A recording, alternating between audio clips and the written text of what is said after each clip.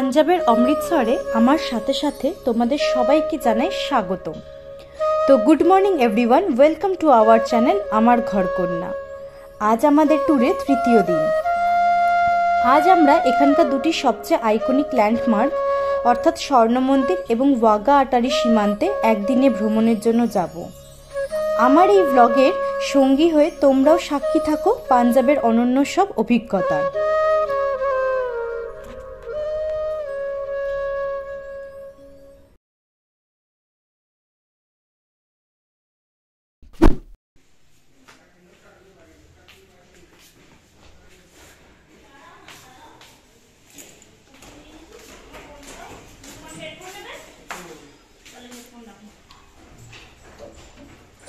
Good morning, welcome to our channel আমার ঘর কন্যা। আজকে ডে 3, আজকে থেকে আমাদের প্রপার ঘোরা স্টার্ট। কালকে পর্যন্ত ট্রেনের জার্নি, টায়ার্ডনেস প্রচুর কিছু ছিল, তাও রাত্রেবেলা একটু চেষ্টা করেছিলাম যে স্বর্ণ মন্দিরের যে লুকটা সেটা দেখার। তো আজকে গোল্ডেন টেম্পল, ওদিকে হচ্ছে জালিয়ানওয়ালা বাগ আর ওয়াঘা বর্ডার, এই তিনটে কভার করার ইচ্ছে আছে। তো যতটা পারবো আমার আজকের জার্নিটা তোমাদের সাথে শেয়ার করব, প্লাস তার যে হিস্ট্রি যতটুকু আমি জানি সেটাও আমি তোমাদের সাথে শেয়ার করব। তো সাথে থাকো তোমরা, আমি আর লেট করব না। অলরেডি কটা বাজে গো, কেউ তো বলো? 8টা। তো 8টা বেজে গেছে। তো এবার বেরিয়ে পড়বো। এখানে দেখতে পাচ্ছ সবাই রেডি। কুন্তল একদম খারাপ রয়েছে, আরে ভালো আছে।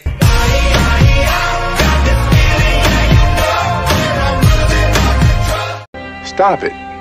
Get some help. তো চলো আমরা যাই, লেটস গো।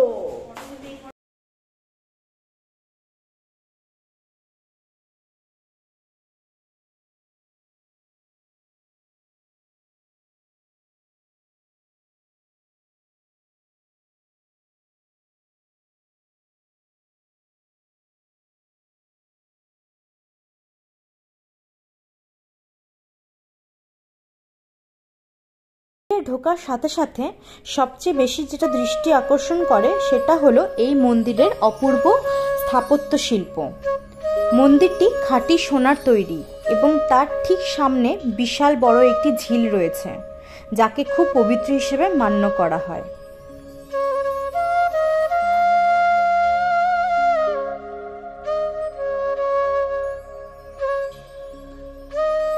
এছাড়া এই মন্দিরের আরেকটা গুরুত্বপূর্ণ দিক হলো লঙ্গরখানা। এখানে 24 ঘন্টা খাবার পরিবেশন করা হয়।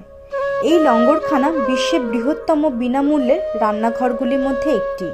এখানে ধর্ম বর্ণ কোনো কিছু মানা হয় না, সব ধর্মের মানুষ এখানে খেতে আসেন। এই মন্দিরের কিছু নিয়ম আছে যা ওখানে গিয়েই জানতে পারলাম, সেগুলোই তোমাদের সাথে ভাগ করে নিচ্ছি যাতে তোমরাও জেনে নিতে পারো। প্রথমত, মন্দিরে ঢোকার সময় মাথা ঢেকে ঢুকতে হয় এবং পা ভিজিয়ে ঢুকতে হয়। আশা করি এরা প্রত্যেকেই জানে। মন্দিরে ঢোকার পর মন্দিরের দিকে পিঠ করে দাঁড়াতে নেই। মন্দিরের একদম ভেতরে কোনো ভিডিও অ্যালাউ নেই। ও আরেকটা কথা হলো, পারলে রাতের সময় মন্দিরটি দর্শন করো। রাতে মন্দিরের সৌন্দর্য আরও মনকে ছুঁয়ে যাবে। এই ছিল আমাদের স্বর্ণ মন্দিরের অভিজ্ঞতা।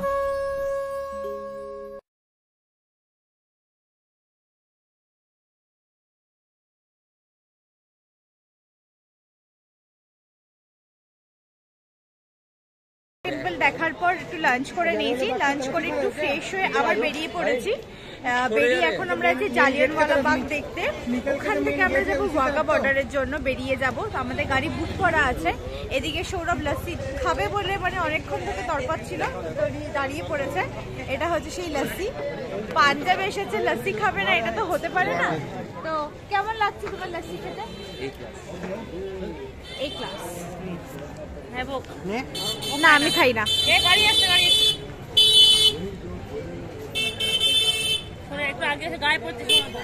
হ্যাঁ, তো এখানে লস্যি খাওয়া চলছে। এদের হচ্ছে লস্যি। কেমন লাগছে? কেমন লাগলো? আচ্ছা আমাকে একটু দাও।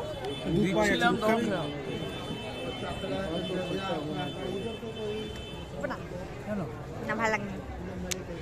তো ঠিক আছে চলো এবার তো আর বেশি দেরি করব না, বেশি দেরি না করে আমরা বেরিয়ে যাব, কারণ হাতে টাইম কম কিন্তু অনেক জায়গা যাওয়ার আছে, তো ঝটপট বেরিয়ে যাব।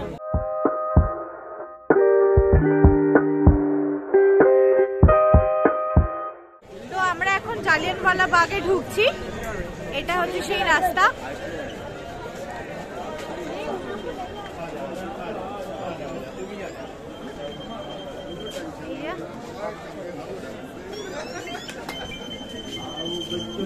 दिखाए जाके हिंदुस्तान की जिस मिट्टी से तिलक करो ये धरती है बलिदान की।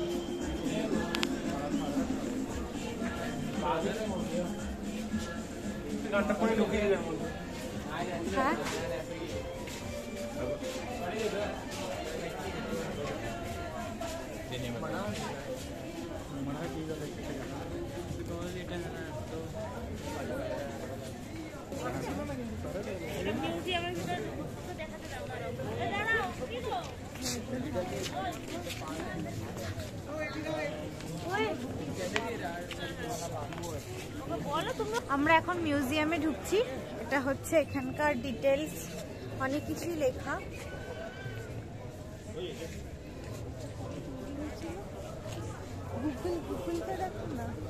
এত সুন্দর করে এটা মানে গুছিয়ে করেছে, যার জন্য এখানে আসলে নানা রকমের হিস্ট্রি, নানা রকম আরো অনেক ধরনের তথ্য এখান থেকে পাওয়া যাবে। এখানে শুধু যারা হিস্ট্রি নিয়ে পড়তে জানতে ভালোবাসো তারা ডেফিনেটলি এটা ভিজিট করো। খুবই সুন্দর করেছে, খুবই সুন্দর ইনিশিয়েটিভ নিয়েছে এটা। এখানে কোনো টাকার মানে কোনো টোকেন লাগে না, কিছু টাকা দিয়ে কোনো টিকিট কাটতে লাগে না, নর্মালি এন্ট্রি ফিস একদম ফ্রি। जलियांवाला बाग की जमीन पर बैसाखी के उस पवित्र दिन मिट्टी उन मासूम लोगों के खून से लाल हो गई थी जिनको जनरल डायर के आदेश पर अंग्रेज सिपाहियों ने गोलियों से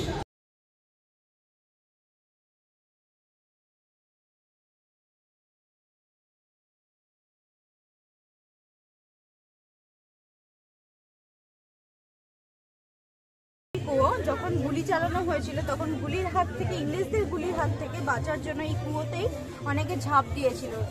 তাদের স্মৃতি সৌধ হিসেবে এটাকে এইভাবে করে প্রোটেক্ট করে রাখা হয়েছে। এখন বেরিয়ে যাচ্ছি জালিয়ানওয়ালা বাগ থেকে, কারণ আমাদের আরের ওয়াঘা বর্ডার যাওয়ার কথা।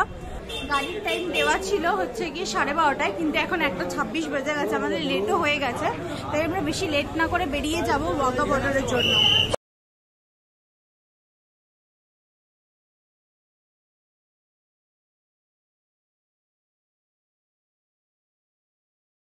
সীমান্ত ভারত ও পাকিস্তানের মধ্যে একটি অন্যতম ল্যান্ড বর্ডার। এটি অমৃতসর থেকে প্রায় 30 কিলোমিটার দূরে অবস্থিত।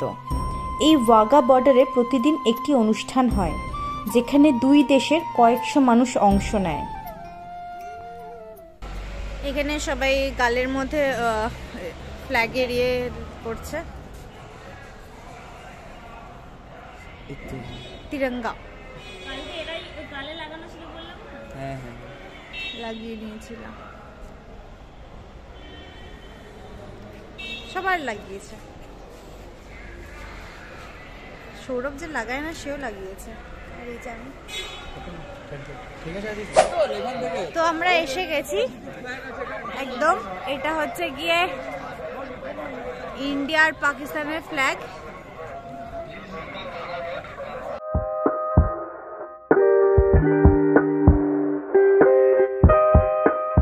ওয়াঘা বর্ডারে এবার ঢুকছি, এন্ট্রি নেব। লেডিস আর জেন্টস এর রুট আলাদা করে দিয়েছে চেকিং পর্যন্ত, চেকিং এর পর একসাথে হয়ে যাবে। তো আমরা একটা আলাদা রুট দিয়ে যাচ্ছি, কুন্তল সৌরভরা ওই দিকে সাইডে রুট দিয়ে যাচ্ছে। দূরে দেখাচ্ছে হলুদ জ্যাকেট, সামনে চেকিং রুম, এখানে চেক হবে, চেক করে তারপর ঢুকবে। তো চলো আগে চেকিং করে নিই, দেন এখন ক্যামেরাটা আপাতত অফ করি।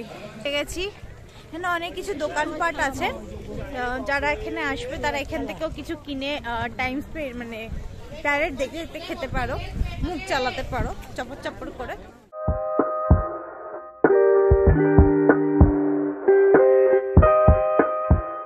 আমাদের যে ফেন্সিং আর পাকিস্তানের যে ফেন্সিং তার মাঝখানে যে স্পেসটা সেটা নো ম্যানস ল্যান্ড, কেউ সেই স্পেসটাকে কেউ ক্লেম করে না। আমরা এখন সেই স্পেসের মধ্যেই আছি এবং সেই স্পেসের মধ্যে এই স্টেডিয়ামটা বানানো যেখানে ফ্ল্যাগ এক্সচেঞ্জ সেরিমনিটা হয়। আজকে হোপফুলি খুব ভালো একটা ফ্ল্যাগ এক্সচেঞ্জ সেরিমনি আমরা দেখতে পাবো। আমার এটা প্রথম ভিজিট, খুব এক্সাইটেড আমি আরও বেশি এক্সাইটেড, কারণ হচ্ছে গিয়ে আমি ফার্স্ট টাইম এরকম কোনো জায়গা এসেছি দেখতে, এরকম পাকিস্তান আর ইন্ডিয়ার একটা স্পেশাল জায়গা। তো চলো ভেতরে দেখা যাক, কথা না বাড়িয়ে ভেতরে যাই, গিয়ে মুহূর্তটাকে পুরো মোমেন্টটাকে একটু ফিল করি, দেখি, প্লাস তোমাদের সাথে সেটা শেয়ার করি। তো চলো এগোই।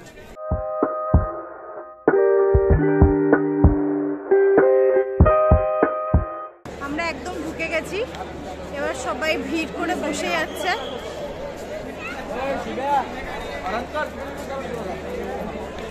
সবাই বসে গেছে রীতিমতো।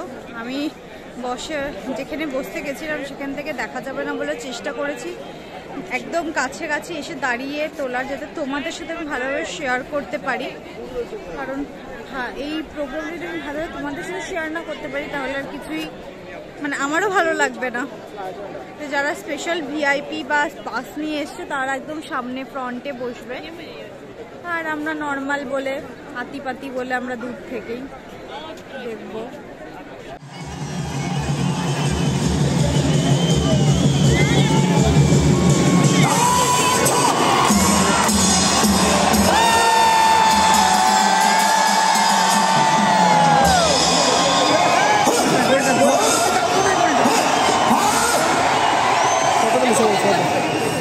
গোলটা শট করে গোলটা ওপরে গোলটা ওইটা উপরের গোলটা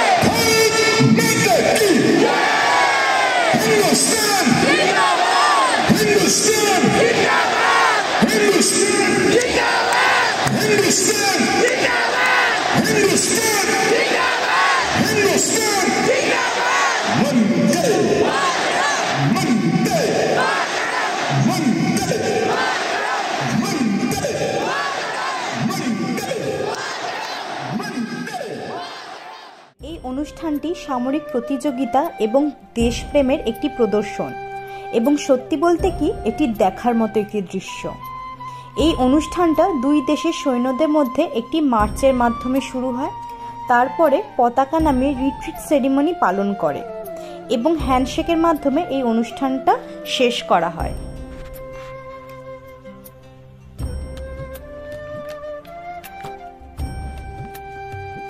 আমাদের এই একদিনের স্বর্ণ মন্দির এবং ওয়াঘা আটারি সীমান্ত পরিদর্শন আমার কাছে এক অনন্য অভিজ্ঞতা করার সুযোগ এনে দিয়েছিল।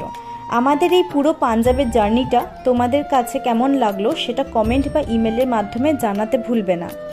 পাঞ্জাবের এই সফর এখানেই শেষ। দেখা হচ্ছে আবার আমাদের নেক্সট গন্তব্যে, আর সেটা আপাতত তোমাদের জন্য সারপ্রাইজ হিসেবে তোলা থাকলো। জানতে পারবে পরের ব্লগে। সাথে থেকো, লাইক, সাবস্ক্রাইব আর শেয়ার করতে অবশ্যই ভুলো না। ভালোবেসো, প্রচুর সাপোর্ট করো। Thank you, good night.